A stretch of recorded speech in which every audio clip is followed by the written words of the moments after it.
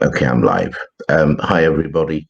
This is a quick post about the Dominic Cummings Parliamentary Select Committee appearance, in which he basically trashed the Prime Minister and the leadership of the Tory party as incompetent, as uh, donkeys leading lions during the course of the early part of the pandemic. Now, the thing about Dominic Cummings is that he himself is a masterclass in privilege. He went to Exeter College, Oxford, and did very well there. He came out, no, Exeter College, by the way, is the fourth oldest college in Oxford. His father in law, Lord Wakefield, who is a baronet, Sir Wakefield, rather, who is a baronet, um, is a well known eugenicist who was captured on television saying that, as far as he was concerned, he'd prefer his children got married to people with a long line of successful genes because everything depended on the genes from which you come. Indeed, his antecedent was a man called Sir Evelyn Baring, who was the Governor General of Kenya and famous for creating probably the second concentration camp in the world, in which he herded um, over 1 million Kikuyu men to be treated absolutely abominable, for which he got the Order of St. George and St. Michael. I remember that is the gong with the picture of St. Michael, the white angel, with his foot on the devil, the black man, vanquishing every every and all evils that um, the devil has. Read for the devil, black men. It's a very powerful racist supremacist image. So when Dominic Cummings rocks up to the highest office in the land, meetings at number 10 and so on, looking like a grunge artist standing at the back of the room, one thing you've got to understand is that one of the things that go with privilege is that you can look like absolute rubbish and not give a damn. Uh, Take a look at our own illustrious Prime Minister Boris Johnson, the tousled hair, often his tie is a little bit wonky. He looks like a sixth former who is a bit of a scruff, rocking up to the most powerful office in the land. Well, the reason he does that is because he is genuinely privileged. The Eton, the Oxford, the rest of all of that. He does that because he's privileged, just purely and simply because he can. Don't think for a moment other people can do that sort of thing and get away with it. I mean, I often tell myself that if he rocked up in a loincloth, people would say it was a fashion statement. So, long story short, Dominic Cummings, in a 7 hour diatribe, completely trashed the government. He said that tens of thousands of people have died effectively because of government vacillation and lack of decisiveness and lack of grip on the situation. He said that the lockdown, which Boris Johnson had been encouraged to bring forward a lot earlier, was delayed and delayed. That cost lives twice. Then the situation with the open borders, when everybody else was closing down their countries, London and British ports were all open. I had to cancel a trip to Australia on the 20th of March because the Australians closed their borders. And I mean, well, Australia is an important country, but nowhere in Australia is a gateway to the rest of the world like London, which is the epicenter of Western European and American travel. So, of course, at that time, a lot of people were let into the country from China, which had just been through the ravages of COVID.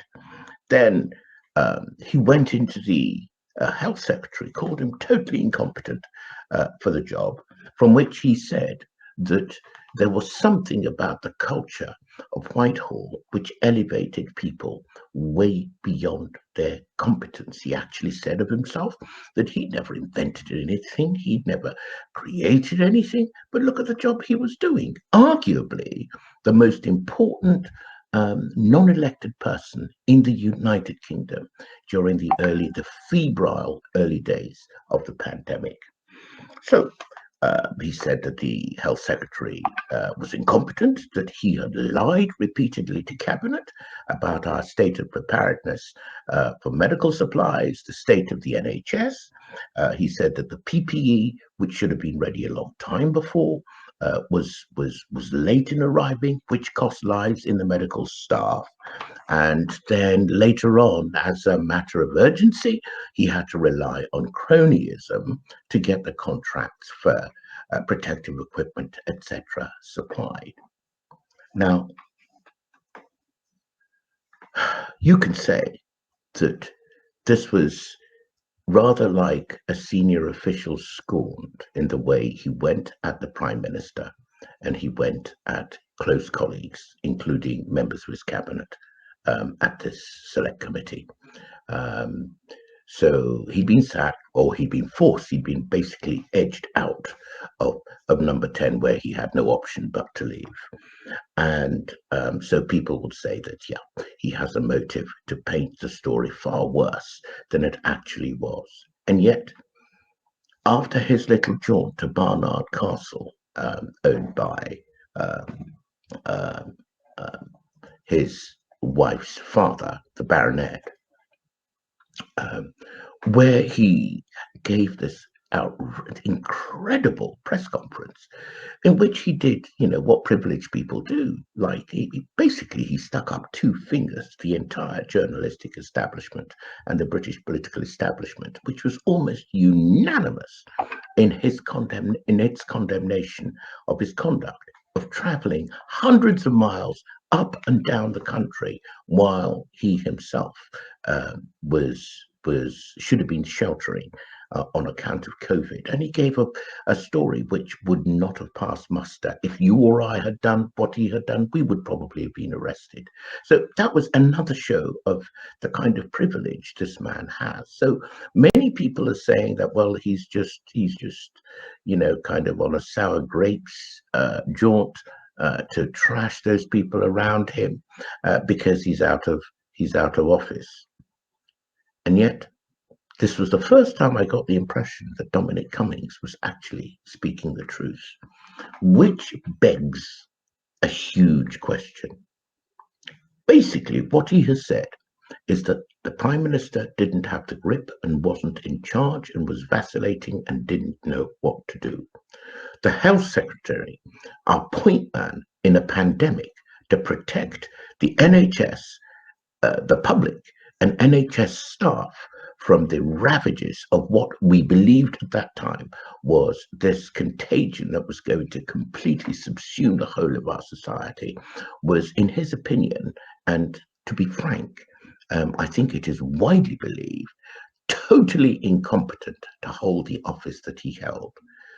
So, and he himself said that he wasn't fit for the position he was in.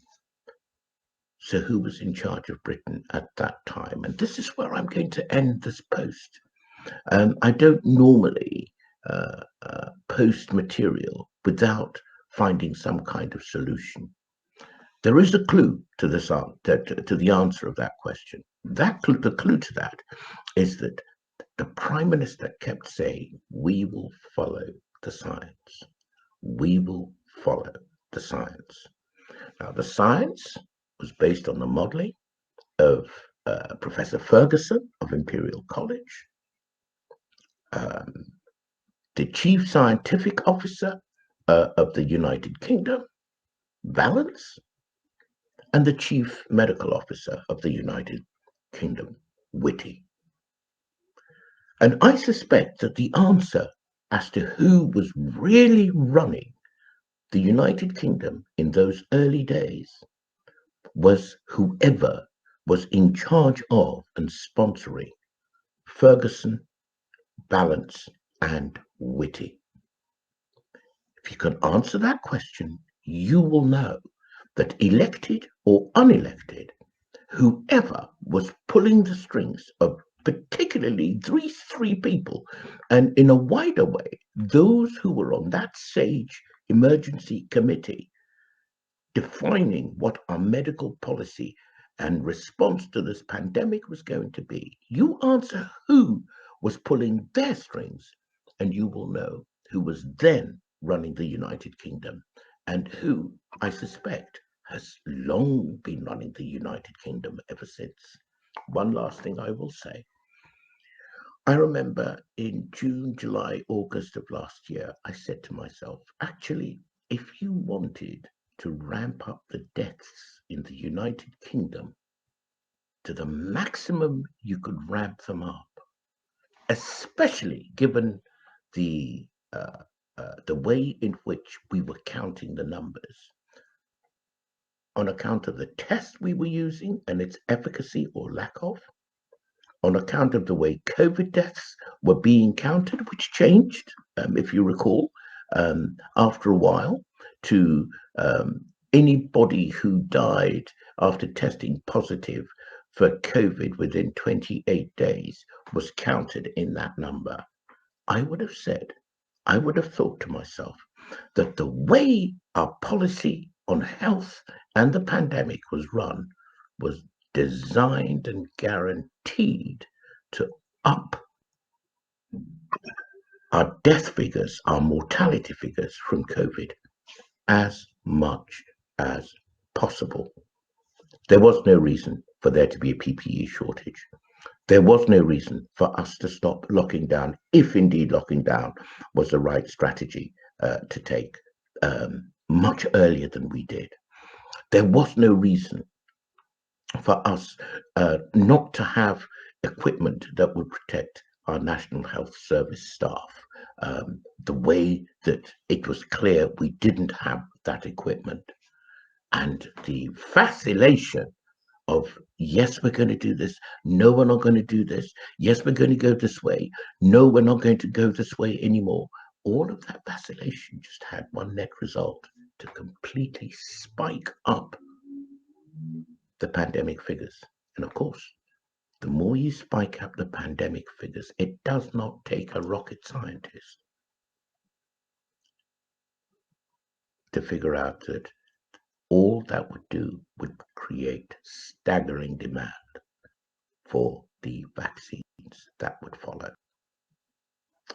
My thoughts, run it through, do share, comment, and subscribe to this channel. It enables me to bring up more comment and ideas on this and other subjects.